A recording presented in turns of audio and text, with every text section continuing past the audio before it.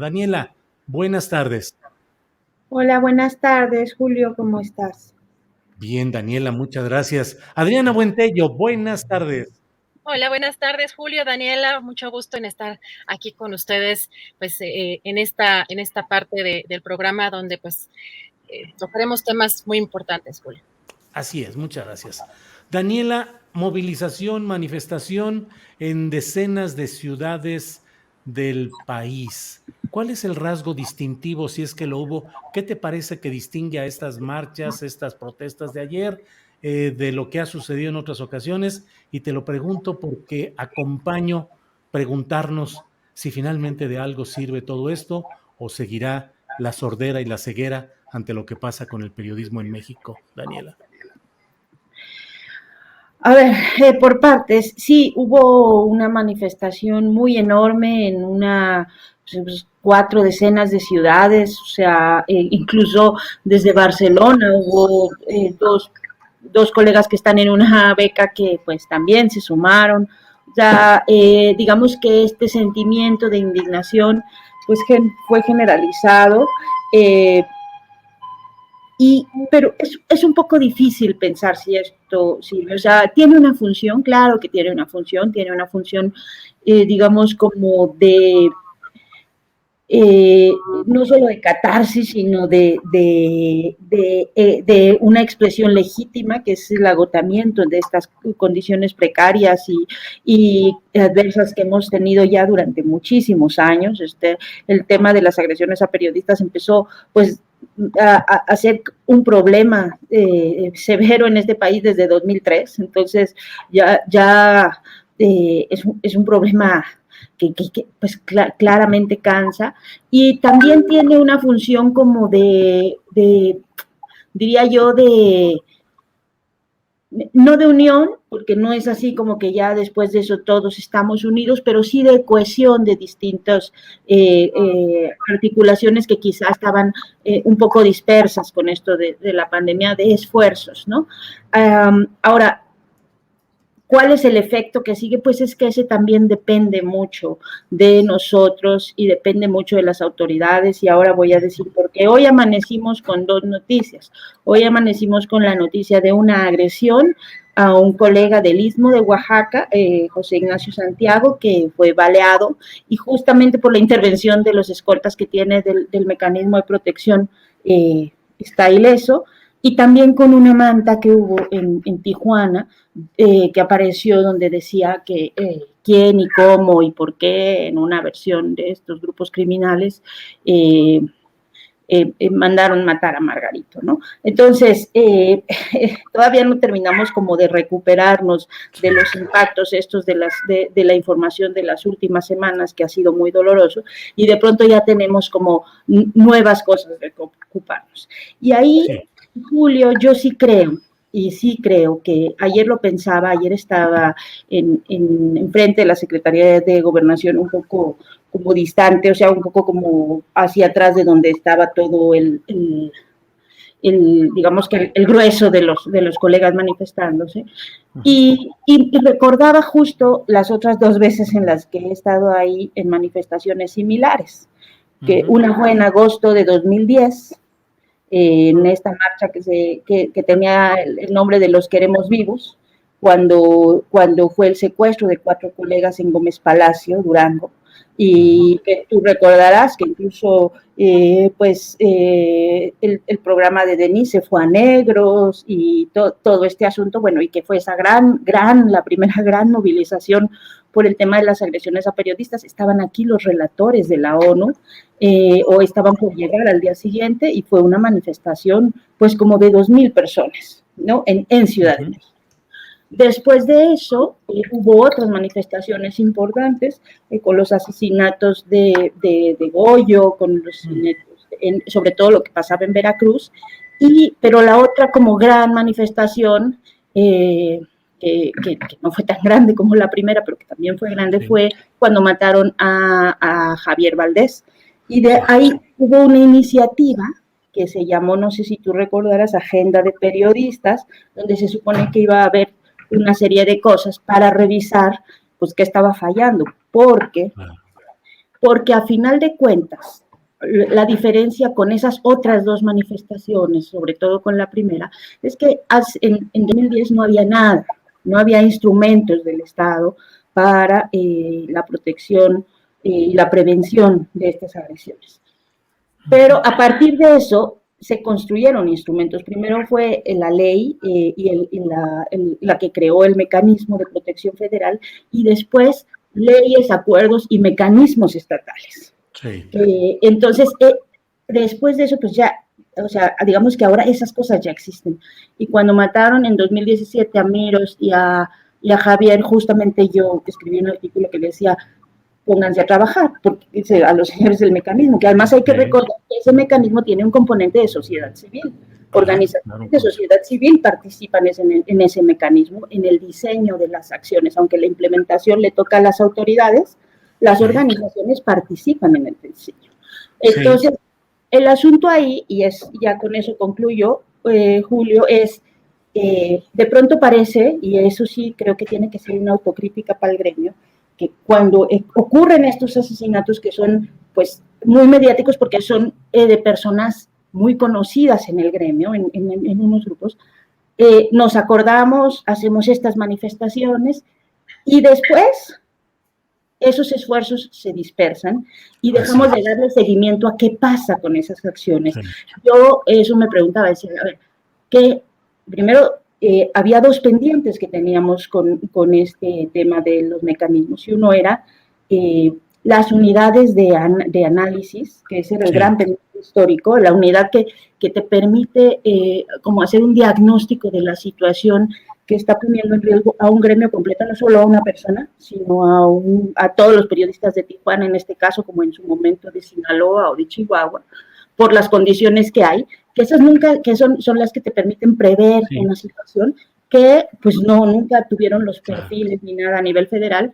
Y la otra es pues quiénes y cómo está formando el mecanismo estatal. Claro, claro. Son respuestas que no tenemos. Claro, sí. Daniela, aprovecho para darle la bienvenida a Aline Corpus, que ya está por aquí. Aline Corpus. Aline, buenas tardes.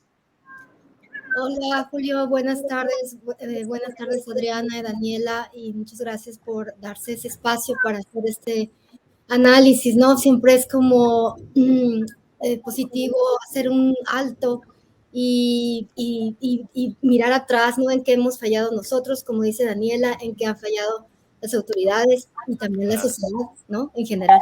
Claro. Ahorita regreso contigo, Aline. Le pido a Adriana Buentello que siga con nosotros. Hay muchas cosas que podemos compartir.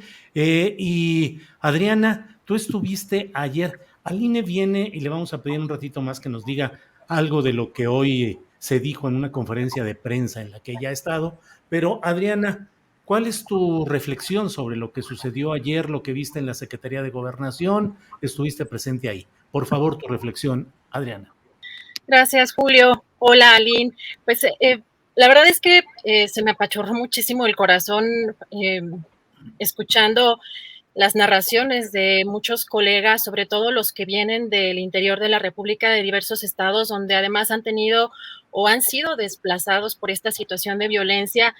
Yo creo que en este tema nos falta mucha empatía, tanto de otros colegas periodistas, pero también de la sociedad en general. Yo creo que todavía no se dimensiona y veo que de pronto estamos muy enfrascados en una situación de si los Lorets de Mola, si los López Dórigas, de cierto periodismo o de cierto tipo de información que a veces, bueno, es antiperiodismo, pero que está muy en un foco, o que tiene muchos privilegios, mucho poder, mucho dinero, pero el periodismo de a pie, sobre todo el periodismo que se hace en los estados, que siempre ha estado bajo amenaza, que está, pues se realiza bajo condiciones muy precarias, tanto en la parte laboral, en la parte de los sueldos, las prestaciones, pero el tema de la seguridad y es la parte que es desgarradora el escuchar, pues porque de pronto, pues muy centralistas, muchos periodistas, pues estamos en condiciones de mucho privilegio algunos, y creo que tenemos que voltear a ver de manera muy importante lo que está sucediendo en los estados. Yo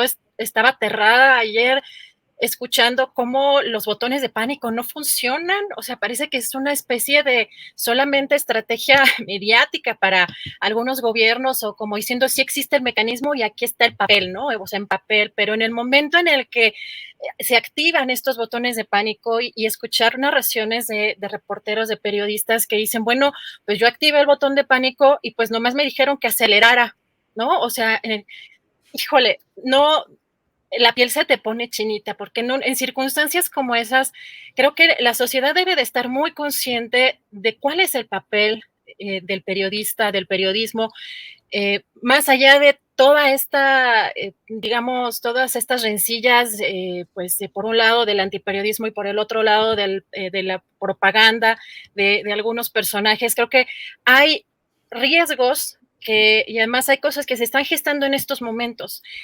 Ayer los recuentos que hacían, las fotografías que vimos, estos memoriales que siempre se hacen, pero que de pronto vemos que como gremio estamos solos. La sociedad tiene que arropar, tiene que entender cuál es la función del periodista, sobre todo en estas comunidades, por ejemplo, indígenas, donde pues sigue habiendo una explotación de los territorios, donde sigue habiendo pues el extractivismo, la situación de la persecución contra comunidades indígenas, esta parte que sí se ha dejado de lado en el periodismo, muchas veces en los estados, porque en los estados sigue cooptado una buena parte de los medios de comunicación por los propios gobiernos, y los periodistas de a pie, los periodistas valientes y los periodistas que realmente siguen haciendo periodismo son los que están amenazados, son los que han estado perseguidos.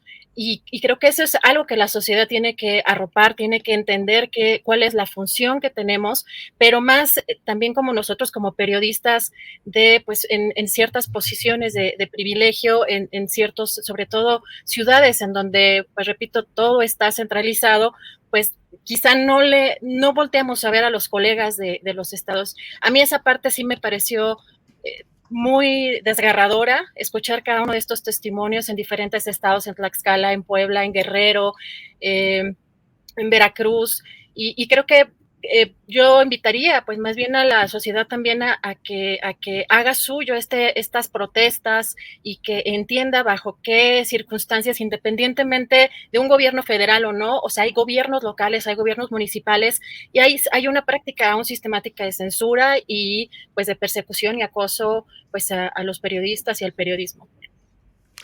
Gracias, Adriana. Bueno, ya saben, es la 1:16 p.m. Hemos iniciado apenas este recuento serio, profesional de lo que ha sucedido en una protesta válida de un gremio de los periodistas en México, y ya nos desmonetizó YouTube, ya nos dijo que este programa no avanza en cuanto a monetización por su contenido que puede ofender a ciertos anunciantes. Pero en fin, pues es nuestra historia cotidiana.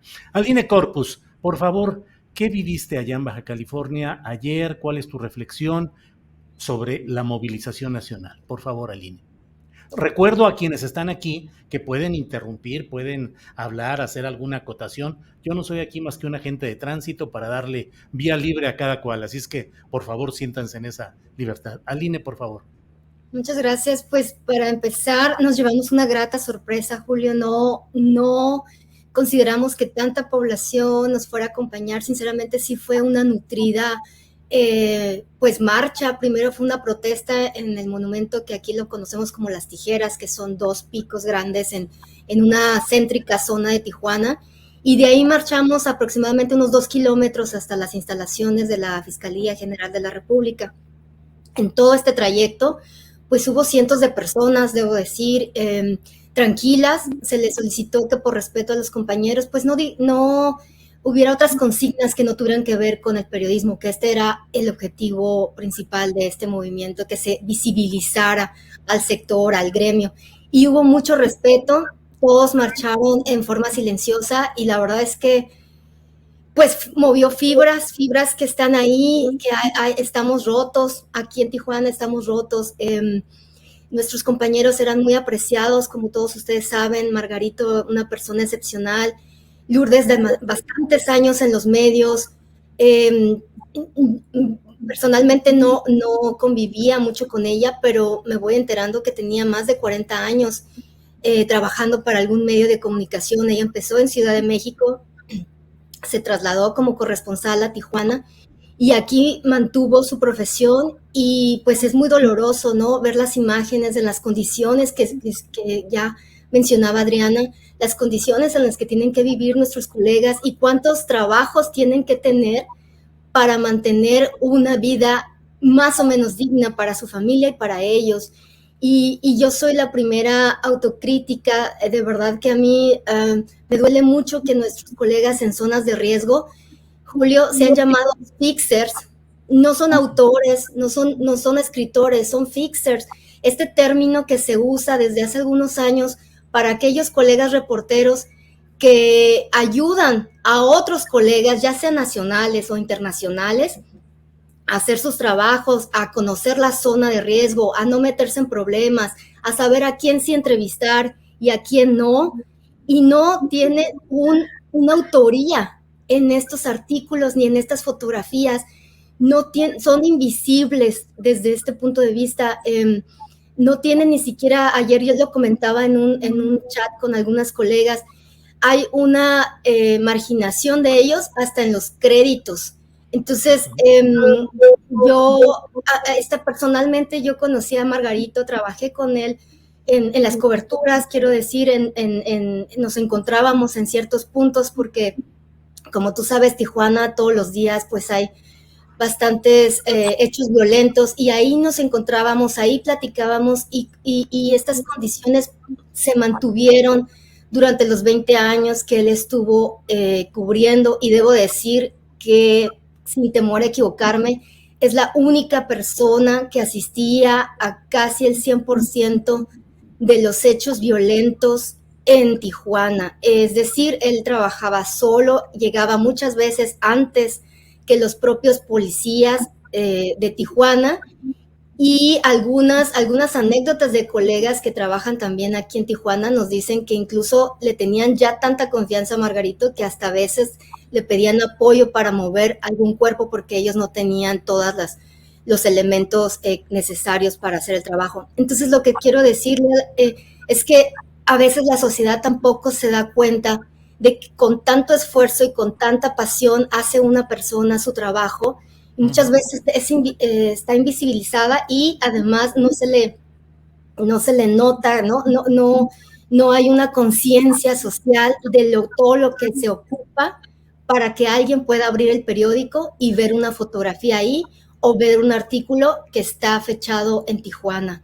Esto es lo que yo creo que ayer nos conmovió a todos. En Tijuana hay mucha frustración, hay mucho dolor, hay un hartazgo. Este tema de la impunidad, el fantasma de la impunidad está rondando sobre nosotros y hoy se le hizo saber así a la gobernadora, que bien dices, hoy tuvo una conferencia de prensa junto al nuevo fiscal general Ricardo Carpio en Mexicali. Bien, gracias, Aline. Daniela Pastrana, en el fondo me parece que está la pelea de un gremio que lucha por zafarse y quitarse el estigma creado por esas figuras notables de los espacios de televisión, de radio, columnas en los medios impresos, que han sido emblemas de corrupción y de traición a los intereses populares y ponerse al servicio de los patrones, los empresarios, los políticos en el poder. Somos un gremio desprestigiado y por eso no hay el apoyo social adecuado. Daniela. Sí, bueno, eso ha sido un problema desde que iniciaron estas agresiones, desde que empezamos a trabajar con esto es que no nada más son los asesinatos y las desapariciones, que además hay que recordar que en este país hay más de 20 periodistas desaparecidos, que conozco otro país que en democracia tenga periodistas desaparecidos, ¿no? Y no solo son esas formas, ¿no? Hay muchísimas formas de censura, de ataque, de agresiones. La mitad de ellas, o la mayoría de ellas, vienen por agentes del Estado, y casi siempre son agentes del Estado locales, o sea, están involucrados, mientras más pequeñito es el lugar, pues más actores hay involucrados, agentes del Estado, ¿no?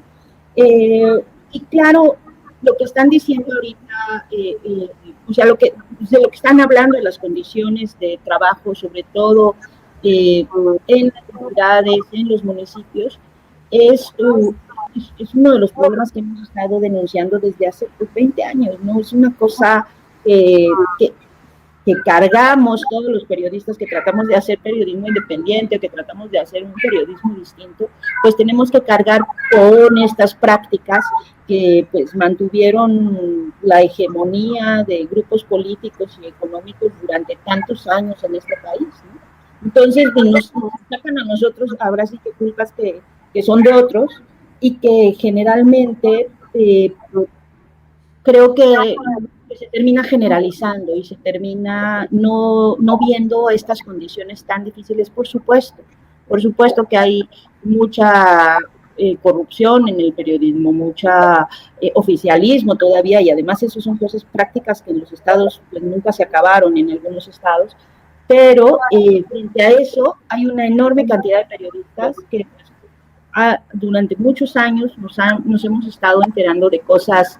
Supimos de Ayotzinapa por los periodistas, supimos bueno, podría enlistar una serie de cosas de las que nos hemos enterado justo por el trabajo de los colegas que están ahí en los lugares. Nosotros siempre tenemos la ventaja de que vamos y luego regresamos a nuestra casa acá en la Ciudad de México, que es como una burbuja, pero pues los que están ahí viviendo ahí siempre están como con este riesgo, ¿no? Y creo que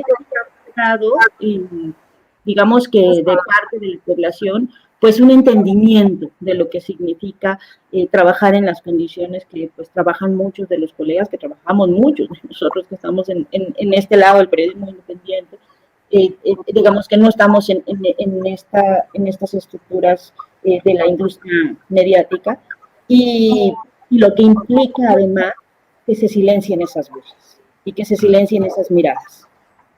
Bien, gracias, Daniela. Adriana Buentello, ayer la manifestación hubo expresiones de periodistas con mucha antigüedad y mucha experiencia, como Jorge Meléndez. Escuché su testimonio a través de transmisiones en Facebook y de jóvenes periodistas que expresaban esa desazón, el abandono institucional. ¿Qué fue lo que más planteaban ahí? Hubo quienes plantearon hacer un paro, aunque fuera simbólico, de 5 minutos, 10 minutos en todas las redacciones del país. Es decir, la efervescencia de la protesta, y luego pareciera que vuelve todo a la normalidad y que probablemente no suceda mayor cosa, Adriana. Aquí creo que el principal factor es lo que ya comentaba Daniela y Aline, la impunidad. La impunidad es lo que ha permitido que esto siga sucediendo, pero además arrecie. Lo que creo que podemos tener en papel o de dichos de funcionarios, el tema de los mecanismos de protección, pero si no funcionan, si no hay un policía cerca cuando se apresiona el botón de pánico, o si alguien no está capacitado para dar seguimiento a una situación de amenaza, pues realmente va a seguir esto pues ocurriendo. Yo creo que lo primeritito que tendría que revisarse es la parte de la impunidad, de cómo los casos, o sea, de que esto no sigue sucediendo, pero además cómo la colusión en el Poder Judicial, pues no nada más es una cuestión del gobierno federal, o sea, a nivel municipal, a nivel local, creo que es donde está el tema, pues, con mayor preocupación. No puede ser que no haya prácticamente sentencias o que no haya realmente nos hayan encontrado a los culpables, pues de los colegas que han sido asesinados en los últimos años, que sigamos colocando estas veladoras, estos memoriales, y que sigan esta situación en la impunidad. Creo que eso es lo que está incluso alimentando que siga sucediendo, es un aliciente para que esto siga sucediendo, pero sobre todo en lugares en donde no hay tanta visibilidad como pues en los medios hegemónicos, o sea, en los periodistas justamente como Daniela, que menciona que la parte del periodismo independiente, pues es una situación muchas veces precaria y que no tienen o no se tienen las condiciones necesarias ni siquiera para subsistir. En los estados, yo recuerdo incluso hace 20 años, por ejemplo, que me tocó ir a alguna reunión de periodistas en Campeche. Pues, hace 20 años que decían que 10 pesos les pagaban la nota. En esa época, pues, ¿cuántas notas tiene que cubrir un periodista para poder sobrevivir? Si no es que tiene que juntar muchos trabajos, y por eso muchos periodistas también, incluso, pues, tenían otro tipo de trabajos. Hemos tenido el caso de colegas que han estado, por ejemplo, o eran taxistas, y que cuando llega una agresión o cuando son asesinados, es más fácil para las autoridades vincular estos asesinatos con sus actividades, digamos, alternas, ¿no? Que pues lo hacen para subsistir. Entonces, yo creo que es una cuestión de la impunidad. El tema de los mecanismos a mí me parece también muy preocupante. Hace algunas conferencias mañaneras, bueno, hace, me parece, no sé si 1 año o 2 años, se mencionó en las conferencias mañaneras el tema de si todavía había gente vinculada a Genaro García Luna en las licitaciones o en este tipo de mecanismos de protección, si había gente que estaba relacionada con estos temas, y lo único que se sacó fue un comunicado desmintiendo o que hubiera tal, pero muchos periodistas siguen no confiando precisamente porque, pues, cómo uno va a acogerse a un mecanismo en el que no hubo una certeza, un comunicado. Hay que recordar que es la postura del gobierno, pero no es que realmente sea un desmentido. Yo creo que la parte del mecanismo tiene que quedar muy claro de quién lo está llevando a cabo, cuáles son, o sea, en materia de transparencia, quiénes son las empresas que están relacionadas o vinculadas con estos mecanismos de protección, quiénes incluso son los que estarían dando protección a los periodistas. Lo que vi ayer fue muchos testimonios de que no funciona, de que los funcionarios no están capacitados, de que los botones de pánico son prácticamente inexistentes, y esa es una práctica recurrente y algo muy preocupante, sobre todo porque la mayoría de los colegas de periodismo independiente en los estados pues están solos, muchas veces no están arropados ni siquiera por las propias empresas en donde trabajan.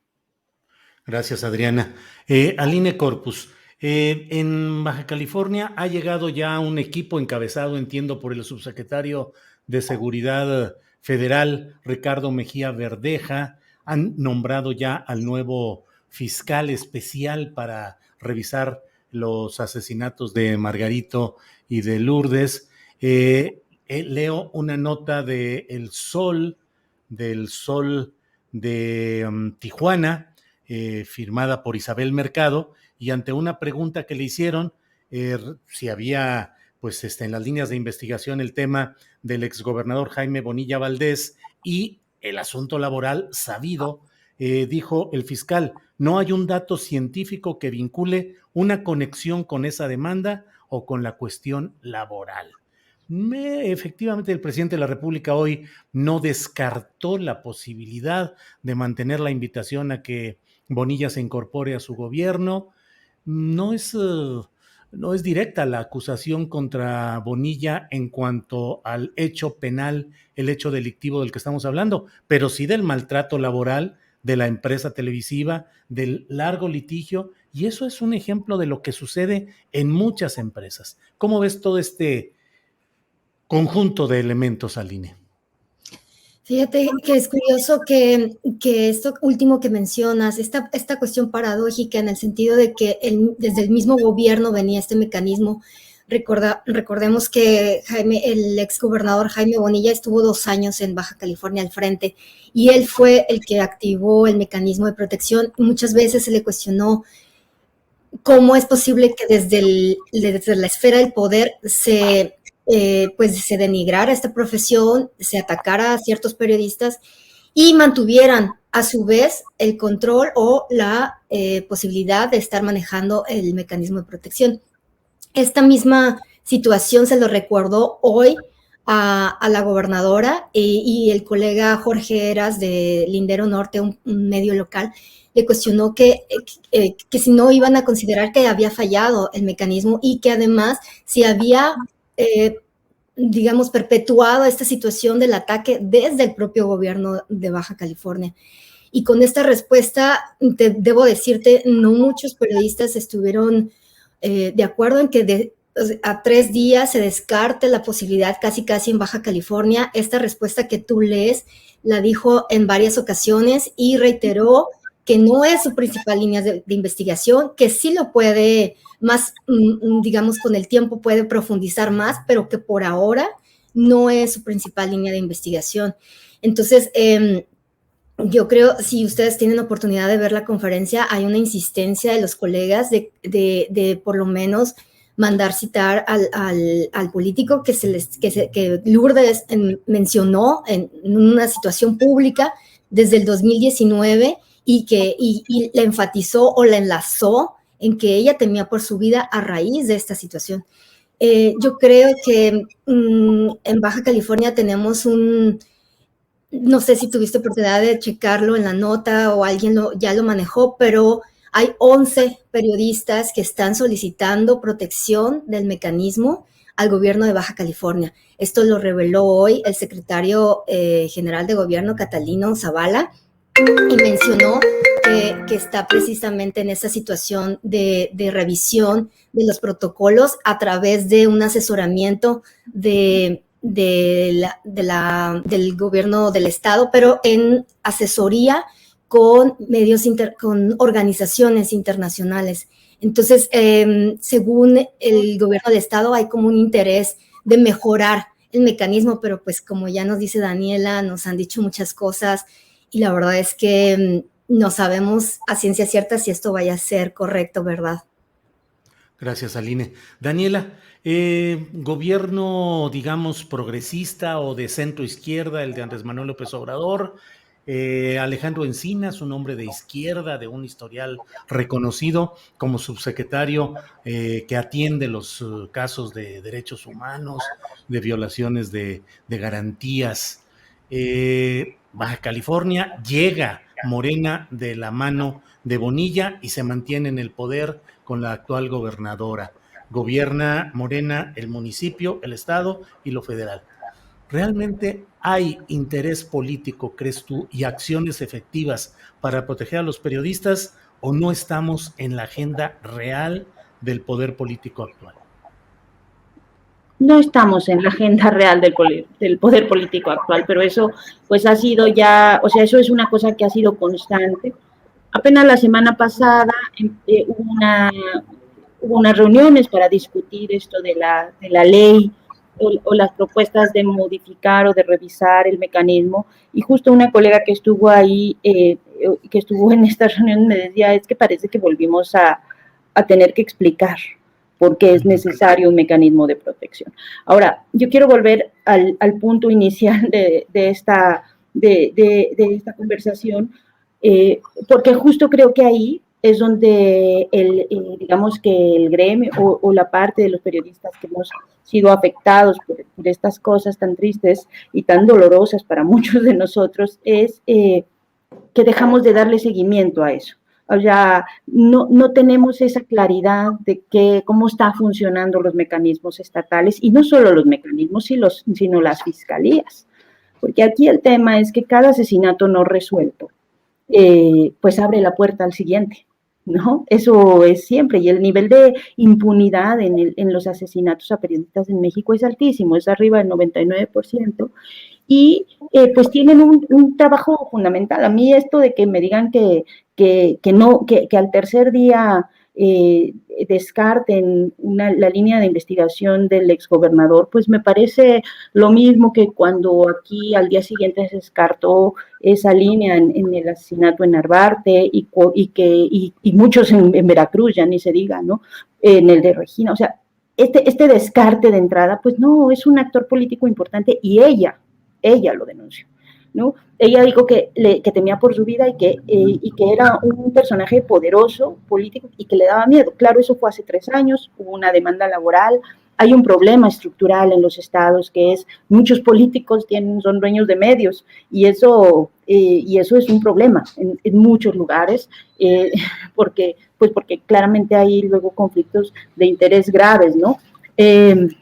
Entonces, tiene que ser una línea de investigación abierta, y ese va a ser un reto para la Fiscalía, por supuesto, porque tiene que ser forzosamente y no se puede descartar al tercer día. Claro que no puede ser la única, tiene que haber varias, porque no se puede dar por hecho una cosa, pero tiene que estar abierta, porque hay una denuncia de una periodista que dice: temo por mi vida porque esta persona que tiene mucho poder pues está viendo afectada. Entonces, ¿qué más denuncia se quiere, ¿no? Entonces, esa tiene que ser una línea abierta y las fiscalías, pues han fallado. O sea, no solo son los mecanismos. El mecanismo falla porque el mecanismo federal está rebasado, por eso se generaron estos mecanismos estatales, porque de pronto, como te decía, la mayor parte de las agresiones viene de actores locales, de los actores políticos locales, y pues entonces obviamente los periodistas en los estados pues esperaban o buscaban la protección del gobierno federal, pero terminaba rebasado porque pues el nivel de, la cantidad de agresiones a periodistas en este país es muy alta, es un problema que venimos arrastrando de muchos años. Entonces se crean estos mecanismos estatales y pues a veces ahí es de donde vienen las principales filtraciones de lo que se está discutiendo, ¿no? Entonces, falla el mecanismo que hay que revisar y nosotros tendríamos que saber qué está pasando, pero también fallan las fiscalías estatales. O sea, descartar de ese modo pues nos deja en la indefensión total en estas cosas. Pero, insisto, tiene que haber una responsabilidad, o no una responsabilidad, porque no, eso no es, sino como una reflexión y una autocrítica de periodistas, de organizaciones de sociedad civil, para saber por qué cuando ocurren estos asesinatos todos estamos, pues ahora sí que con el corazón destrozado o escuchando los testimonios, pero luego dejamos de darle seguimiento, dejamos de ver qué se está discutiendo, dejamos de ver el asunto de esta ley que pues hace una semana apenas estaba presentando la discusión y no era un tema entre los periodistas, ¿no? Y eso creo que es muy importante. Bien, gracias Daniela. Estamos en la parte ya final de este diálogo, de esta plática que hemos tenido. Es la 1:00 con 40 minutos. Adriana, por favor, tu reflexión final sobre este tema. Gracias, Julio. Pues creo que podemos hablar de la parte, digamos, técnica de los mecanismos. Me queda claro que hay mecanismos en los estados, mecanismos federales, ya los han existido, como les decía, en el papel, pero si la sociedad no empuja, no nos acompaña, si de alguna manera no terminamos con esto que mencionabas o esto que le preguntabas a Daniela, que si éramos un gremio desprestigiado, creo que pues mucho tiene que ver con pues los gobiernos paternalistas, priistas que tuvimos, con esta hegemonía de los medios de comunicación como Televisa, como Televisión Azteca, que creo que de pronto no se entendía, y lo hemos platicado también aquí, qué es el periodismo. Y ahora parece que el periodismo pues es una cosa, antes se entendía que era estar en contra del gobierno, ahora es como estar en favor del gobierno, y mucho de esto pues empieza como a generar mucho conflicto ideológico dentro de la propia sociedad, que arropa el periodismo que más se acomoda a sus puntos de vista. Eso no es el periodismo. Yo creo que tenemos también como periodistas de pues informar de manera pues más puntual cuál es nuestra labor, cuál es el beneficio de estar informados con periodistas independientes, más allá de las propias empresas de medios de comunicación, porque esto es algo que tiene que empujar a toda la sociedad, porque yo pronto veo que las manifestaciones a las que hemos llegado a ir de los colegas, que aquí, por ejemplo, en la Ciudad de México, en el Ángel, son pocos los pues pocas las personas, los periodistas sí, pero la sociedad siento que no nos ha acompañado en algunos de estos procesos, y ayer me sorprendió porque ayer sí vi mucha más participación, además de colegas, pero sí me encontré con personas pues de parte de la sociedad que pues sí están preocupadas, pero creo que lo tenemos que empujar como en conjunto. Tiene razón y coincido con Daniela que esto es algo que no solamente tenemos que poner en la agenda cuando suceden cosas tan preocupantes y tan tristes, sino que tenemos que ir construyendo una agenda del día a día para que este tema pues esté vigente también en la misma sociedad. Entonces yo creo que más allá de que se arme un mecanismo que pueda ser lo novedoso, que pueda tener incluso los recursos suficientes para acompañar a los periodistas en alguna situación de peligro, de emergencia, creo que si esto no también lo empuja a la sociedad, creo que pues no va a tener digamos el éxito que quisiéramos para poder, y sobre todo para que los colegas en los estados puedan desarrollar y puedan llevar a cabo su profesión pues sin ningún tipo de amenaza, sin ningún tipo de peligro, ¿no? Gracias, Adriana. Aline Corpus, Aline, por favor, tu reflexión final sobre este tema. Aline, por favor. Pues yo, para empezar, debo de agradecer que cada vez, si ustedes se dan cuenta, desde Ciudad de México toman más en cuenta a los estados, porque muchas veces se toman decisiones nacionales solamente desde Ciudad de México y a veces en la frontera norte o sur nos sentimos como en otra dimensión. La verdad es que acá las condiciones de seguridad son más, digamos, las ciudades son más pequeñas y el gremio es más visible. Entonces, hoy, como tú mencionabas, por ejemplo, se colocó una narcomanta, ¿no? En relación al periodismo. Entonces, estos pequeños, digamos, brotes de la relación en el sentido de qué tan vulnerables estamos, se hacen más palpables cada día. Entonces, yo creo que sí, los colegas y las colegas de los estados deben de estar más presentes en estas movilizaciones, en estos toma de decisiones, acuerdos, y creo que, bueno, por lo menos nos estamos dando cuenta, se está haciendo, y yo quiero ser propositiva en el sentido de que todos tenemos que cambiar, no puede seguir siendo lo mismo, ni empresas, ni gremio, ni autoridades. Yo creo que sí hay que aprovechar esta situación en el sentido de mejorarnos todos y bueno, pues nada más enviarles un saludo desde Tijuana. Muchas gracias, Aline Corpus. Gracias, Daniela Pastrana, por esta oportunidad de asomarnos a lo que ha sucedido en la manifestación de ayer y nuestra realidad como periodistas. Muchas gracias, Daniela. Un abrazo a todos y un abrazo muy fuerte, Aline, a todos allá, de verdad, con todo cariño. Gracias, Daniela. Adriana Buentello, gracias por este segmento. Gracias. Gracias, Aline. Gracias, Daniela. Un fuerte abrazo. Aline, muchas gracias y me uno al abrazo y a la solidaridad con los compañeros de Tijuana y de Baja California. Gracias, Aline. Gracias. Perfecto.